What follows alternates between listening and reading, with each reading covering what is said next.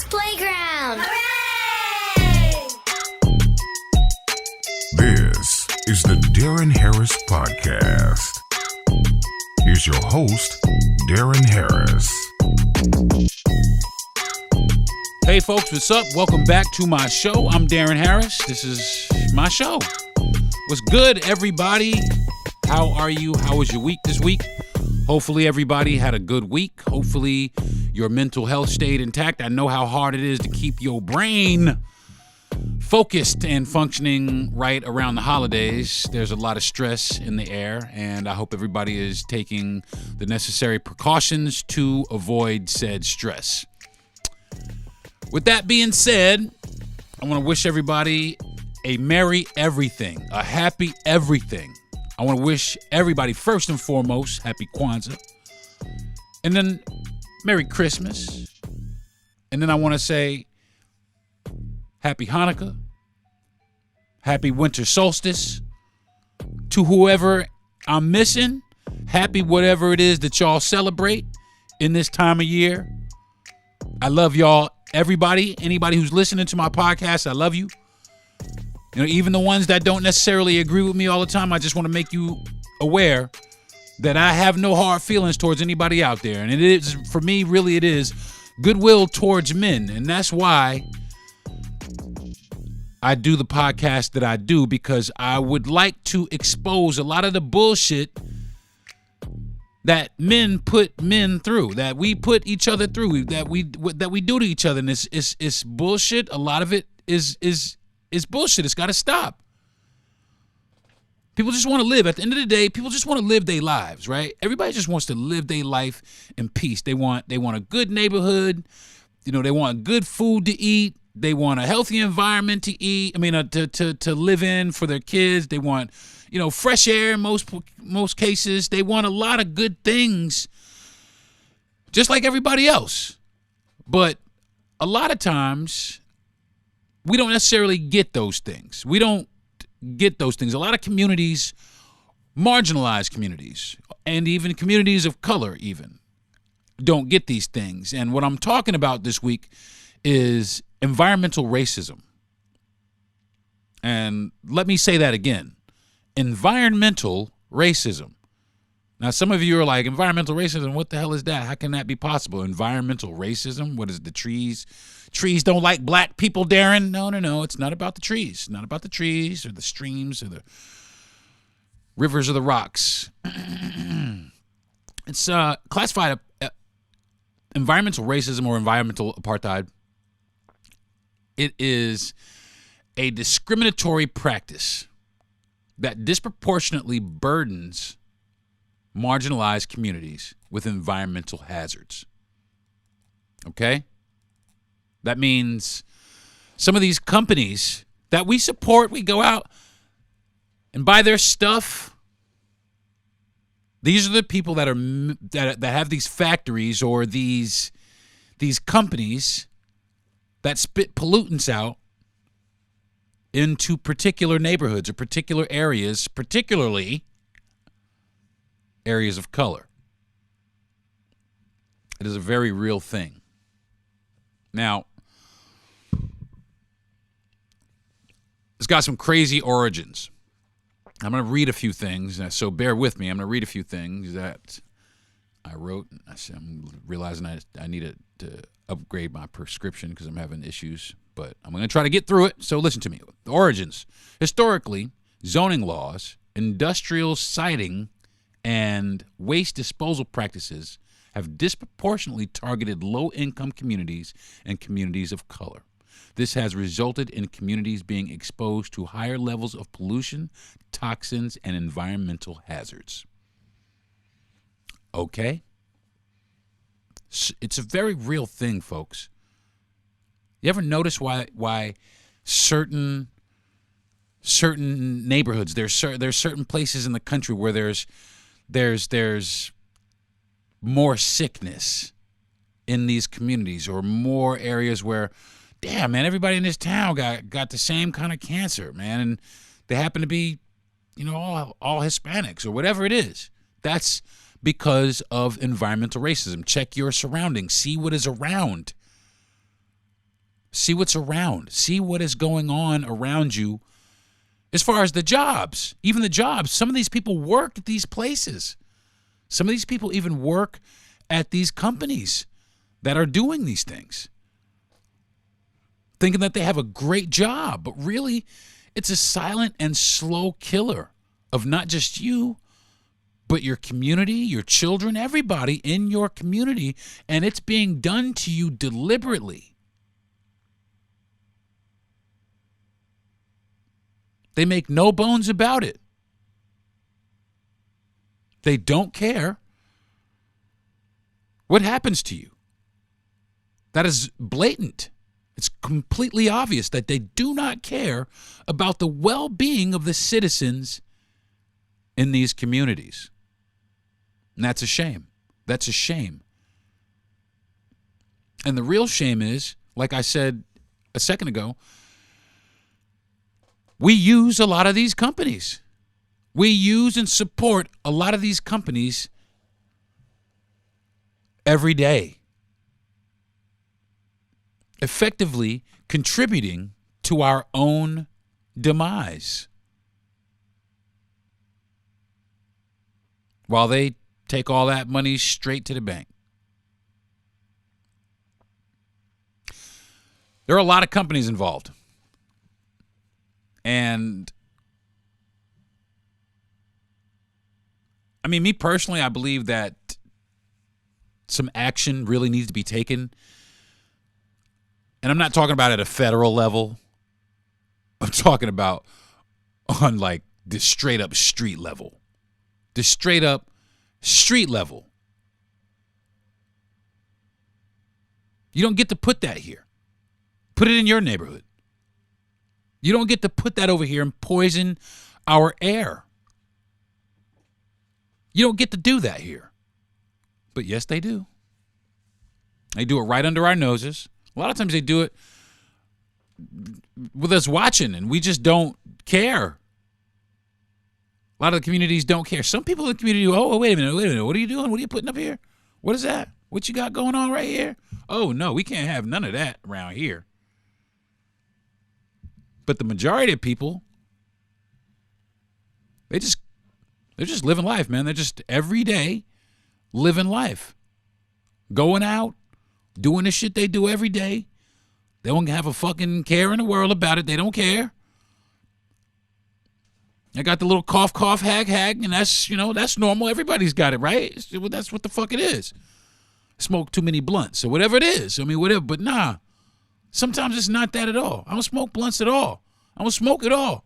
I don't drink. I don't do nothing, but I'm sick. What the fuck? Look at your environment. Look into your environment. Look at your environment. Now, like I just said, there are a lot of companies that are responsible for these practices. And I watch the commercials on TV and I'm just like, you motherfuckers, man. You motherfuckers. And it just takes me all the way back to these things are great. These are great for these people, but not these people. But we're almost hostages to them. We almost have to do business with these companies. We almost have to do it. Well, who are the companies, Deron? Who are you talking about, man? What? You got me all curious. What the fuck you talking about? Well, I'm going to give you some companies that we do business with every day that have contributed to environmental racism. Okay? Shell. That's right. Shell gasoline accused of environmental racism due to its activities in the Niger Delta, impacting local communities. Now, I know what some of you racists that might be listening to my podcast, those Africans over there in Niger, wherever you want to call it, we call it nigger, whatever. I want to say off the bat, fuck you. This is very serious. This is a serious thing. And if you don't want to listen to it, then you don't have to listen to it, but I'm going to keep talking about it because it's a very serious thing. And if you want to DM me about it, you can DM me anytime you want to, and we can debate about it.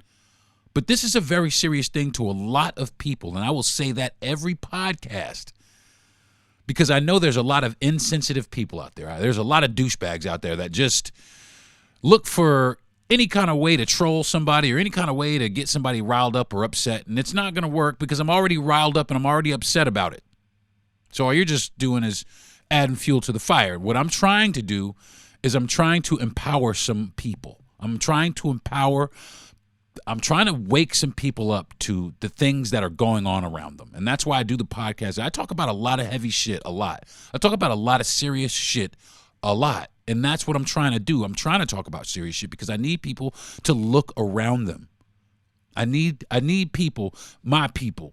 And I'm not just talking black people. I'm talking about like-minded individuals like myself. I need my people to open their eyes to what is going on around them because it is going on around them.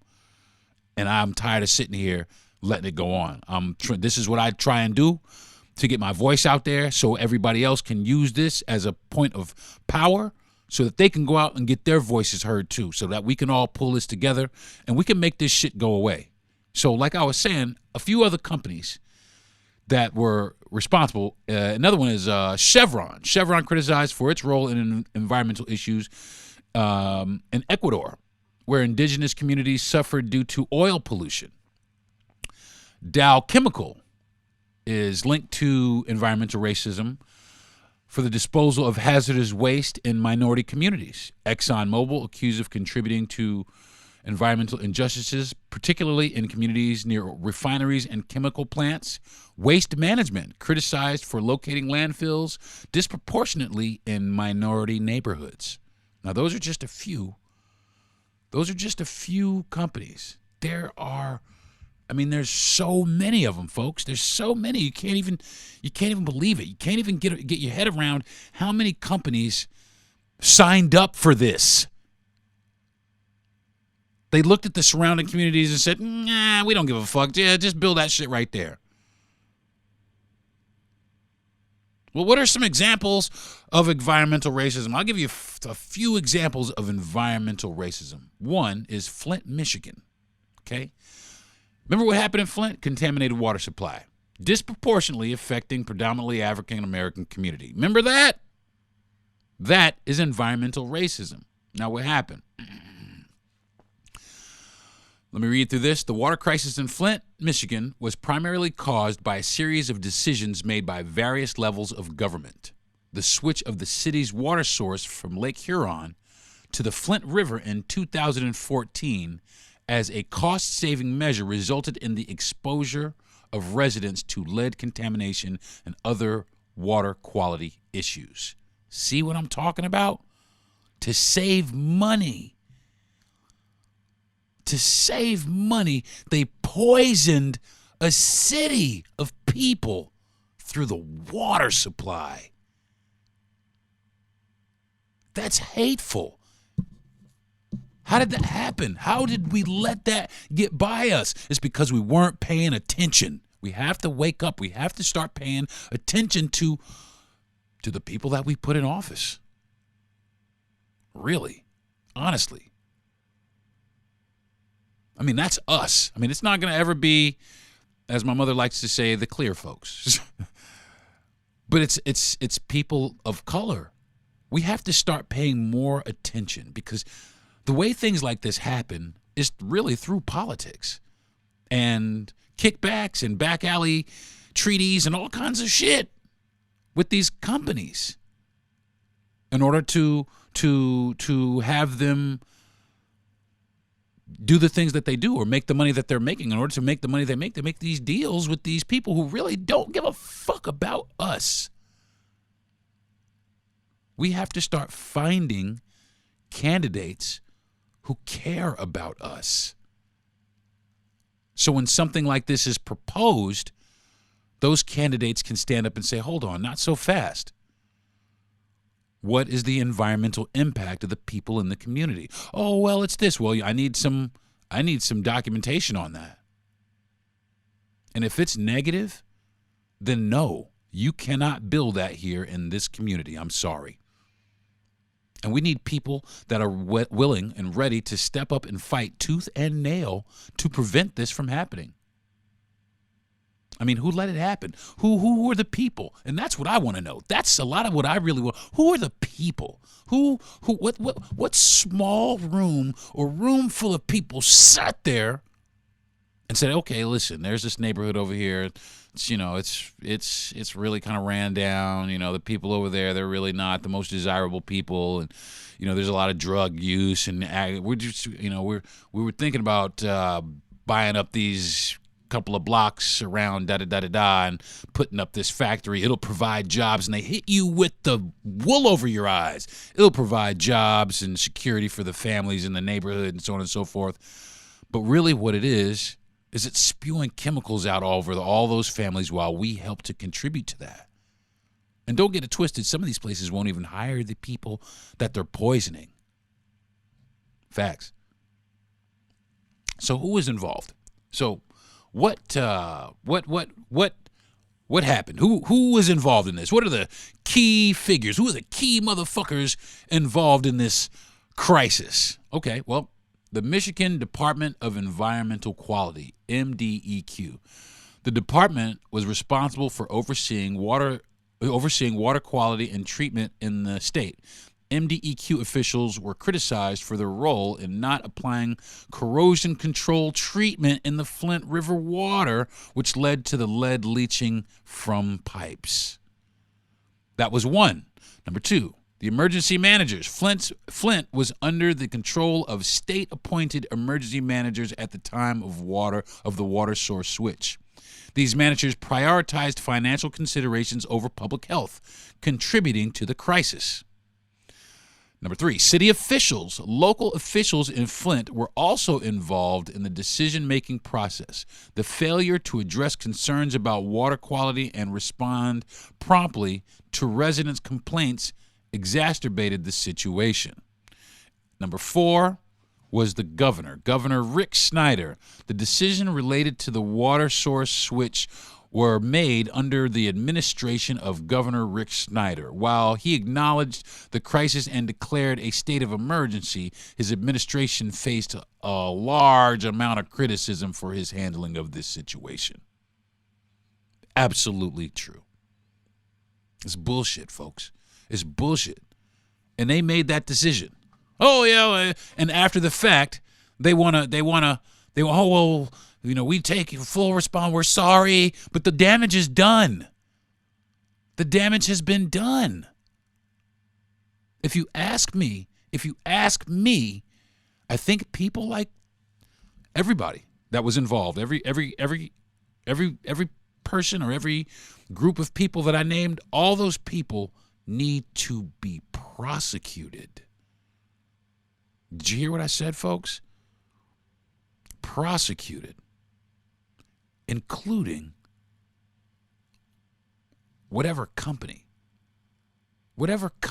was behind it. The people at the top of these boards, the decision man, not the worker people, the people that make they need to be prosecuted. There's another example I have for you. There's a place in Louisiana. It's called Cancer Alley. It's a stretch of industrial facilities along the Mississippi River, impacting predominantly African-American communities. Cancer Alley in Louisiana is an industrial corridor along the Mississippi River known for its high concentration of petrochemical plants and refineries. The negative impact on lives, the local population, is attributed to the air and water pollution, as well as the exposure to hazardous chemicals. Specific companies contributing to this include ExxonMobil, operates several refineries and chemical plants in the region, contributing to air and water pollution. Dow Chemical has a major presence in the area, with facilities releasing pollutants that pose health risks to nearby communities. Shell operates petrochemical complex in Norco, Louisiana, contributing to the air pollution and potential health hazards. Valero Energy has a refinery in St. Charles Parish, releasing pollutants into the air and impacting the health of nearby residents. Formosa Plastics operates a petrochemical complex in St. James Parish, contributing to the air and water pollution in the area. Yeah. I could go on because there's a shit ton of them. A shit ton of them. So yeah, we got what are the impacts of this though?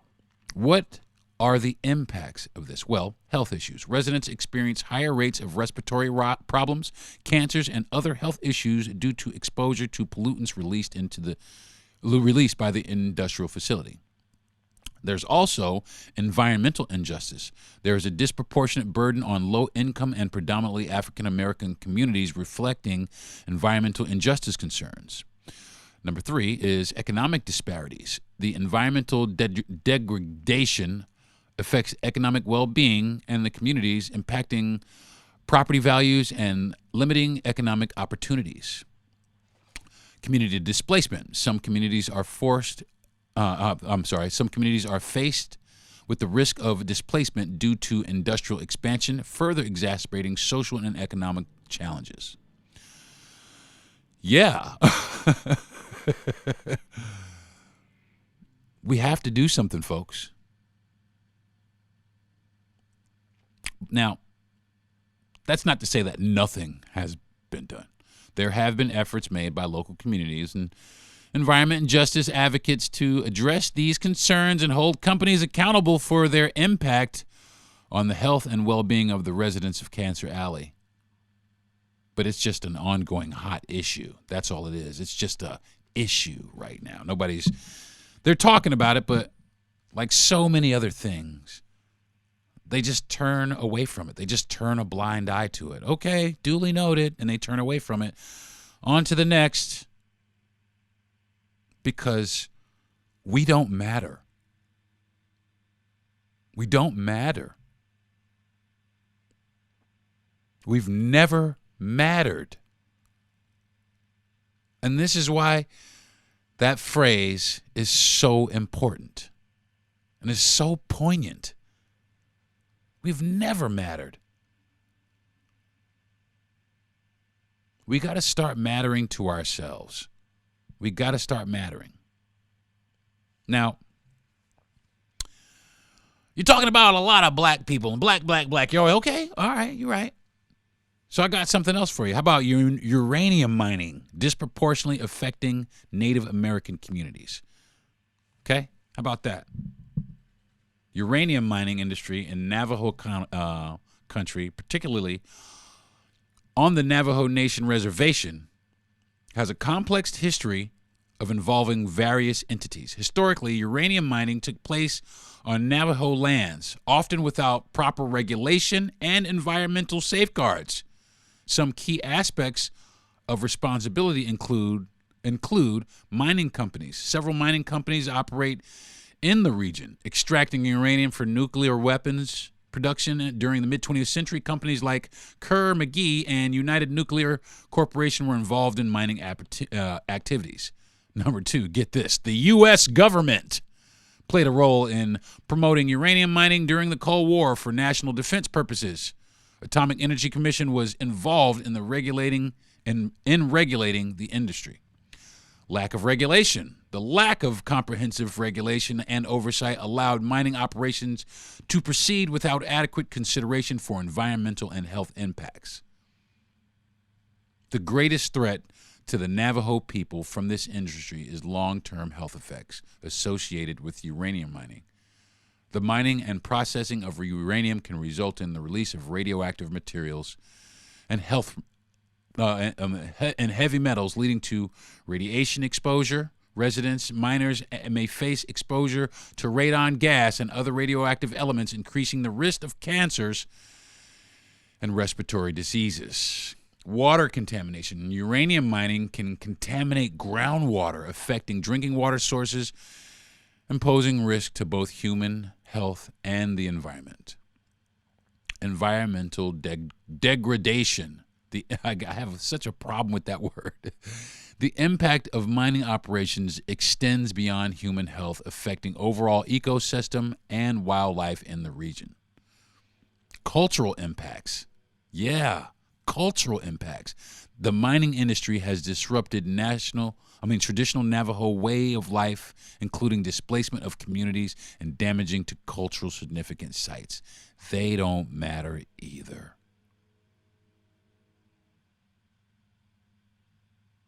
They don't matter either, folks. What matters is big business. That's what matters. Big business. Not people. Not people. Not people of color, anyway. We have to change that. Number 4, East Chicago, Indiana. Lead contamination in primarily Latin and African-American neighborhood. The lead contamination in East Chicago, Indiana is associated with historical industrial activities that has led to severe consequences for local community. The primary contributors include DuPont, U.S. lead, lead poisoning, exposure to lead, especially in children, can lead to serious health issues, including developmental delays, learning disabilities, and behavioral problems. Lead poisoning is a significant concern for residents in contaminated areas. Public health crisis. The lead contamination has created a public health crisis requiring extensive efforts to address the immediate health needs of the affected population and to mitigate long-term risks. Housing crisis. Yeah, folks. Nobody thinks about this. The housing crisis is one thing. The contamination of lead to the condemnation and the evacuation of residential areas. So the whole areas can be like condemned. Where do these people go? Where do they go? And this happens with marginalized and low-income populations bearing the brunt of this. That's their consequences for this, folks. They hadn't done anything. Number 5, Standing Rock, North Dakota. Standing Rock, North Dakota. I don't know if you've heard about this. It was in the news real heavy a few years ago. It's about the water pipeline. The pipeline threatens the Standing Rock Sioux tribe. Not black people, okay? I'm not talking about black people. I'm talking about natives. Actual natives. Not these fake Merca natives. The Dakota Access Pipeline, DAPL, has been a source of controversy for the Standing Rock Sioux tribe and the indigenous environmental activists. Several concerns have been raised about the pipeline's impact on the tribe and the surrounding environment. Number 1, water contamination. The pipeline crosses the Missouri River just upstream from the Standing Rock Sioux Reservation. Any oil spill or leak could potentially contaminate the tribe's water supply, affecting not only the reservation but also millions of people downstream who rely on the river for some fucking oil so people can stay rich. Cultural and sacred sites. The pipeline traverses ancestral lands and sacred sites of the Standing Rock Sioux tribe. Its construction and potential spills pose a threat to the cultural heritage and sacred places, undermining the tribe's connection to the land. Fuck them Indians. Fucking terrible, folks. That's terrible. And we support and vote for this shit, by the way. We support and vote for this shit, by the way. That's how little we fucking care about people. I don't give a fuck about you or your ancestral lands or whether or not you're poisoned or contaminated. We don't give a fuck about you.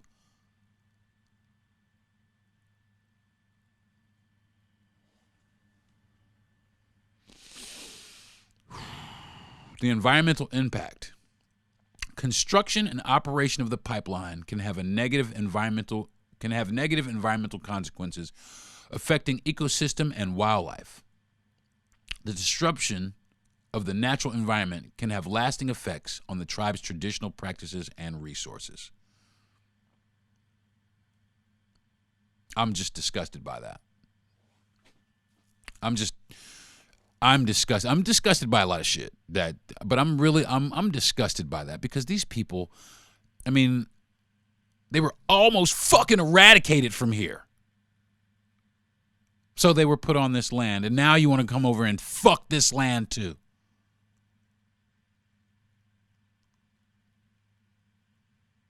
It's just, why do we keep letting it happen, folks? Why? I mean, why do we keep standing for it? Why do we keep electing these motherfuckers? I don't know, man. Why do we keep patronizing or giving, why do we keep, why? Why do we keep giving our money to these people? Why? Why don't we stand up? Why can't we stand the fuck up? Why? I don't understand. And I'll tell you why, though. I do understand. I actually do understand. And my understanding is the reason that we don't stand up and say it is because we don't give a fuck. We don't care. We don't give a fuck.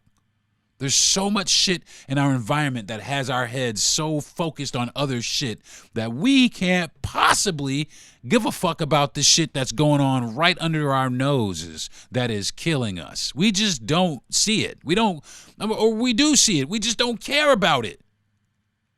That's a problem. We got to start caring.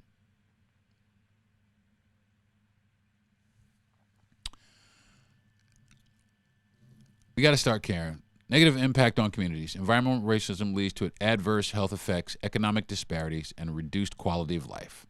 Communities face higher rates of respiratory issues, cancer, and other health problems. Okay? All right, folks. Environmental racism affects various communities across the United States and is associated with health impacts. The associated health impacts can vary. While it is challenging to pinpoint specific illnesses in each community, here are 10 areas with historical or ongoing environmental justice concerns, along with general health concerns associated with such issues. And I will get into that when I come back from this break. It's the Deron Harris Podcast, folks. I'll be right back. History doesn't just happen, it's made. As General Motors strives to be the most inclusive company in the world, we support those who electrify the future and charge the next generation. That's why Chevrolet, GMC, Buick, and Cadillac are honored to support the Southwestern Athletic Conference.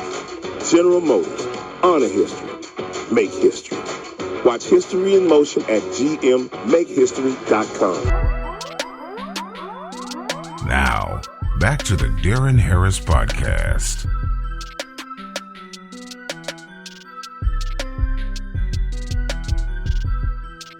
What's good, folks? I'm back. Thanks for staying with me. Today I'm talking about environmental racism on the program. Before I left, I was about to give you guys 10 places where environmental racism is taking place and what is happening. So number one, and some of these we've already talked about. Number one is Flint, Michigan. The prominent illness is lead poisoning, and it's due to contaminated water, resulting in developmental issues and cognitive deficits. Number two, Cancer Alley, Louisiana. Prominent illness, elevated cancer rates associated with exposure to industrial pollutants from petrochemical facilities along the Mississippi River. Number three, the Navajo Nation. Prominent illness, higher rates of respiratory issues and cancer due to uranium mining and water contamination. Number four, East Chicago, Indiana. Prominent illness, lead poisoning from soil contamination, leading to developmental issues, especially in children. South Bronx, New York, New York. Prominent illness, asthma and respiratory problems due to air pollution from traffic, waste facilities, and industrial sources. West Oakland, California. Prominent illness, respiratory issues, and cardiovascular problems linked to air pollution from port activities and industrial facilities. Robbins, Illinois, prominent illness, elevated cancer rates associated with pollution from nearby industrial sites and waste facilities. Duplin County, North Carolina. Duplin, I don't know. North Carolina, prominent illness, respiratory issues, and adverse health effects from concentrated animal feed operations, CAFOs, and industrial hog farming. Harlem, New York, prominent illness, asthma, and respiratory problems due to air pollution from traffic and industrial sources. Kettleman City, California, prominent illness, elevated rates of birth defects, and respiratory issues associated with exposure to hazardous waste from nearby chemical waste. That's crazy, right? That's crazy. Those aren't the only cities. Here is a more comprehensive city. 1, Flint, Michigan. Number 2, Cancer Alley, Louisiana. Number 3, the Navajo Nation. Number 4, East Chicago, Indiana. Number 5, South Bronx. Number 6, West Oakland, California. Number 7, Robbins, Illinois. Number 8, Duplin County, North Carolina. Number 9, Harlem, New York. Number 10, Kettleman City, California. That was 10, right? But number 11, Houston, Texas, various neighborhoods. Number 12, Oakland, California, various neighborhoods. Number 13, Manchester, Houston, Texas.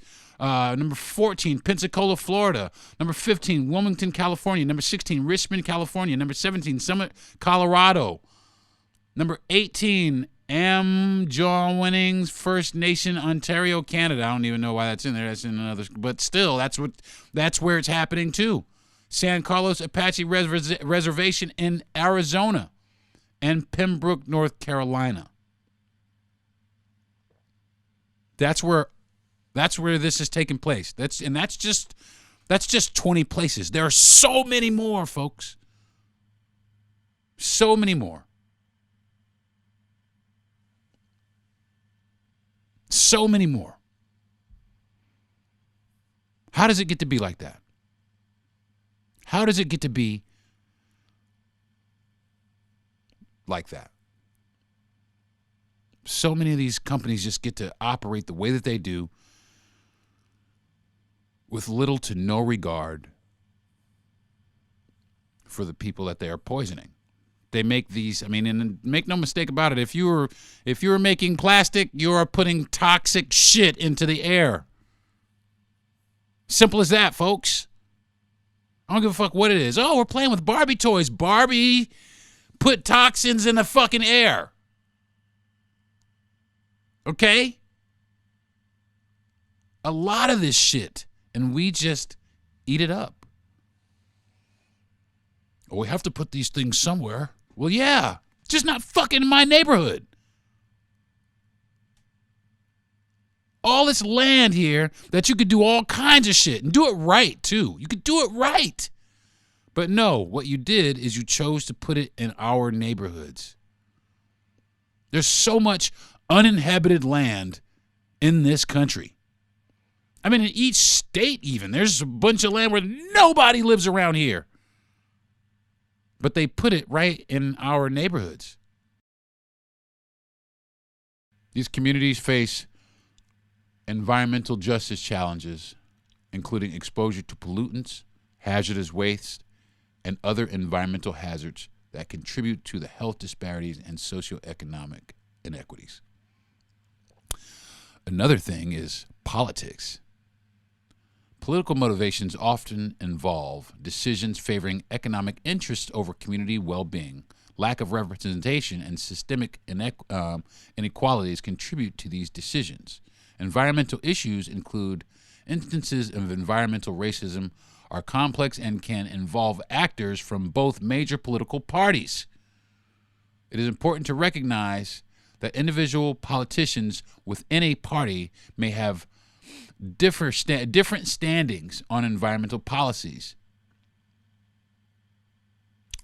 So it's not a Democratic thing or a Republican thing. Okay? Because it's both sides of the aisle. All right? It's both sides of the aisle. Both sides of the aisle. And these companies, they buy these people. And that's all they really do. They fucking buy these people. And it's a shame.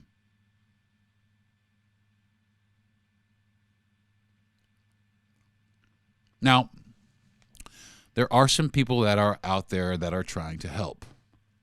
And shout out to these companies. And I will get to that in just a second. But the companies are one thing. It's got to come down to our level, folks. It's got to come down to us. Some of these companies, they can help us out, but if we're not helping, then it doesn't really fucking matter if they help now, does it? Because it's still happening. Okay? Because at the end of the day, and people always, you're always talking about race, because it is. It's about race. And the reason I talk about it is because it's got to not be about race. It's got to not be about race. It can't always be about race. It can't. But it's hard when it's all this shit has been done based on race. Based on race. And you just want me to shut the fuck up about it and not say or acknowledge or try to alert people to it, or you're just talking so much about it. Then don't fucking listen, man. That's all I got to tell you. That's really what I got to tell you. It's just don't fucking listen. Because I'm going to talk about it every time, man. Every time there's any kind of injustice like this, anytime there's any kind of bullshit-ass injustice like this, I'm going to say something. I'm going to say something. Now, like I was saying, there are some companies that are out here. There's some companies that are out here that are really trying to make a difference and help us along. And I have a list of those companies also. And we'll go ahead and get to that. Right off the bat with number one is Patagonia. This outdoor clothing company and gear company is known for its commitment to environmental sustainability and social responsibility. They support various environmental and social justice initiatives. And they make some great clothes. I have some Patagonia stuff. It's very warm. And I'm going to have to go put some of it on here in a minute because I'm very cold because it's wintertime where I'm at and the heat's kind of off and the building is large. So, I'm going to need some stuff from Patagonia. Number two, Ben & Jerry's, the ice cream company, has been vocal on its issues of social justice, including environmental justice. They engage in efforts to address climate change and support fair and equitable practices. Three, Interface, that's the name of the company, a global flooring company. Interface has focused on sustainability and environmental responsibility. They are committed to reducing their environmental impact and promoting social equity. Number four is Etsy. The e-commerce platform Etsy has been recognized for its commitment to sustainability and social responsibility. They emphasize the importance of ethical sourcing and environmental considerations. Number five, I would have never believed this, but Microsoft. The tech giant Microsoft has pledged to be carbon negative by the year 2030 and has initiatives to address environmental challenges. Their commitment includes considerations. Yeah, their commitment includes considerations for environmental justice and equity. REI, or Recreational Equipment Company. This outdoor retail cooperative is dedicated to environmental stewardship. REI engages in efforts to promote sustainability and reduce its environmental footprint. Ecolab, a global provider of water, hygiene, and energy technologies. I hate that shit. And energy technologies. Ecolab focuses on sustainable practices and environmental responsibilities in its operations. Now, that's just a few. There are a lot more. Unilever, Interface, The North Face, Procter & Gamble, Verizon, Intel, Walmart, Johnson & Johnson, Coca-Cola, General Electric, IBM, Goldman Sachs, Vivint Solar, and Target. These companies have engaged in sustainability initiatives, environmental justice advocacy, and efforts to reduce their environmental impact. It is crucial to research and stay updated on companies. You got to do it, folks. You got to do it. Stay up on these motherfuckers. Stay up on what they're doing, because some companies go from good to bad, but some companies go from bad to good. Some companies realize. Some companies want to make a difference. Some companies want to make a change. Some companies want to make a change. Some companies want to drop that bullshit. They really do. These companies also openly fight against racism. That's what we need. That is what we need. Google, IBM, Bank of America, Cisco, Walmart, Johnson & Johnson, all kinds, Viacom, CBS, Visa, all these people are making initiatives to stop that bullshit. All of these companies, Nordstrom, Spotify, Netflix. I mean, I could tell Netflix is down with black folks. And it seems like a lot of these streaming companies are. And that's cool, because we got stories to tell too.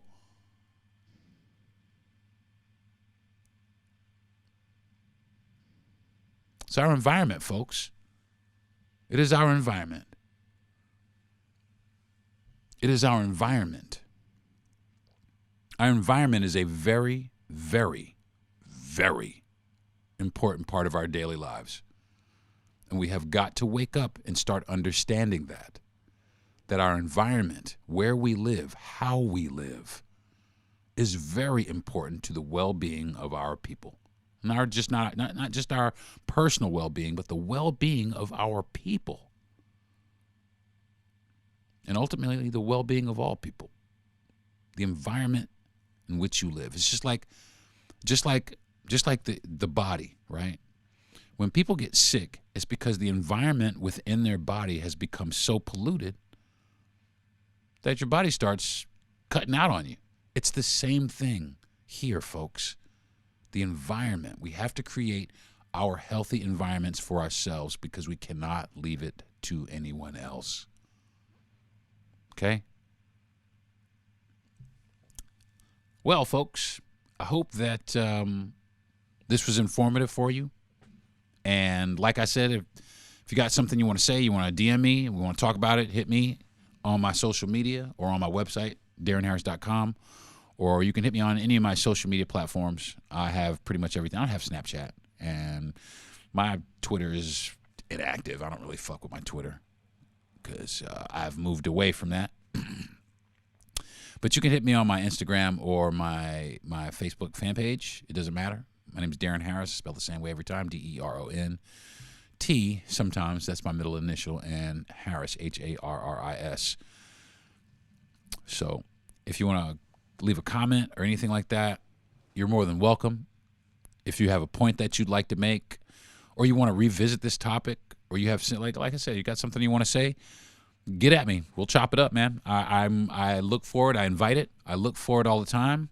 I got the green light from my producer that, I'm good to start taking guests. So I want to hear what everybody has to say. I want to hear what you have to think. And maybe in the future, some of you or some of my listeners can come on and express your concerns or get some stuff off your chest. So that's one thing that I wanted to get off my chest, was this thing about environmental racism, because I've just been reading about it a lot, and I think it's the shittiest thing in the world. But we if we know about it, then we can do something about it. You know what I'm saying? If we know about it, folks, then we can do something about it. So spread the word.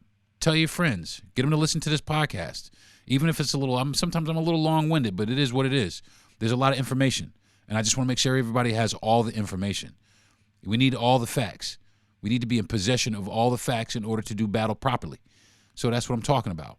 You take these people, you take it straight to the hole on their ass. Take it right to the rack on these motherfuckers. They'll sit in boardrooms, but we could do it in the streets. We could do right out in the streets by sitting and protesting, by electing people that won't do this to us or any other community for that matter. That's going to do it for this episode of the Deron Harris Podcast, folks. I do thank you for joining me. I really do. But I want to thank my wife because she's amazing. I want to thank my parents because they gave me life. And they gave me a pretty good environment. They really did. My father and my mother both worked to give us a good environment to live in. And I'm thankful for that. So I want to thank my parents for that. I want to thank my best friend and producer, Jesse Yandel, for putting me up to this. I want to thank Gentry Thomas for giving me the platform to do it on. And I want to thank everybody. Last but not least, I want to thank all of you for joining me every week on my podcast. And thank you to all the new people that joined me this week. I really do appreciate you. I know it's probably kind of hard to go back and listen to some of the old podcasts where I didn't really, and I know some of these podcasts, like recently, they kind of hard too, but hopefully I'm getting better for you and providing you with better content. And stick with me. It's just going to get better. So I won't see you guys before the Christmas holiday. So like I said, everybody, you have a wonderful, wonderful Christmas. I love you all. Spend some great time with your families. Eat some good Christmas dinner. Praise whoever it is that you praise. Cherish whoever it is that you cherish. Hug the neck of the people that you love. Let them all know that they're important to you. And I will see you guys next week. Next week. So until then, I'm Darren Harris. This is Darren Harris Podcast. Peace. You've been listening to the Darren Harris Podcast. Subscribe to the show, give a good rating, and everything you need to know is at DarrenHarris.com. Look for Starbucks coffee in a grocery store near you, then sit back and enjoy the exceptional taste of Starbucks at home.